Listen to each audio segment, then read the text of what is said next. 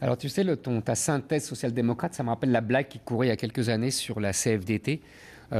qui était un grand syndicat social-démocrate, et on disait, quand on rétablira l'esclavage, ils négocieront le poids des Je me chaînes. souviens. Eh bien, Hollande, c'est exactement la même chose. Il a négocié le poids des chaînes avec son maître. Et son maître, c'est Mittal. Éric Zemmour est devenu révolutionnaire. Mais oui, mais oui, mais... Quand un conseiller de l'Élysée dit on garde le revolver sur la table, ça veut dire quoi? C'est pas Mittal plutôt qui a le revolver qui emploie 20 000 Mais c'est du baratin, c'est Mittal qui a le revolver. 20 000 personnes employées Nicolas en ne France, va par pas Mittal, être on le content. rappelle. Nicolas ne va pas être content, mais il faut prendre l'historique sur le long terme, toujours. Parce qu'au départ, on avait une sidérurgie qui a eu de gros problèmes depuis Barre, c'est les fins des années 70, c'est vieux. Oui. Tout simplement parce qu'en fait, on a basculé de monde. Avant, il y avait les industries qui étaient à côté des sources d'approvisionnement. Et puis ensuite, avec le début de la mondialisation, il fallait être dans le circuit mondial. Et la Lorraine n'est pas dans le circuit mondial. D'où tout le problème. Bon. En fait, on a toujours besoin de sidérurgie. La production de sidérurgie n'a jamais cessé de progresser. Mais qu'est-ce qui s'est passé?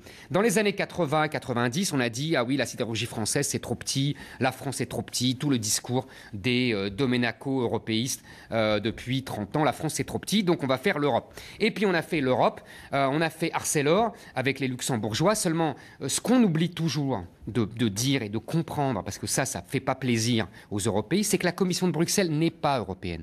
Elle est mondialiste. Et que l'important pour elle, c'est le niveau mondial. Et que quand un Mittal vient faire une OPA hostile sur Arcelor, la Commission de Bruxelles se tait et laisse faire. Alors que quand c'est un groupe français qui rachète un groupe européen, tu te souviens, avec Alcan,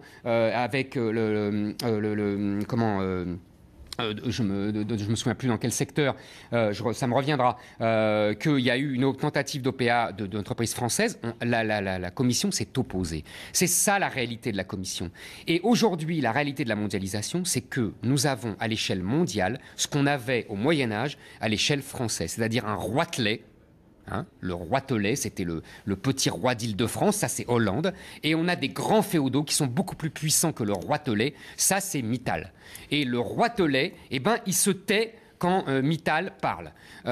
C'est comme la blague de film de Michel Audiard.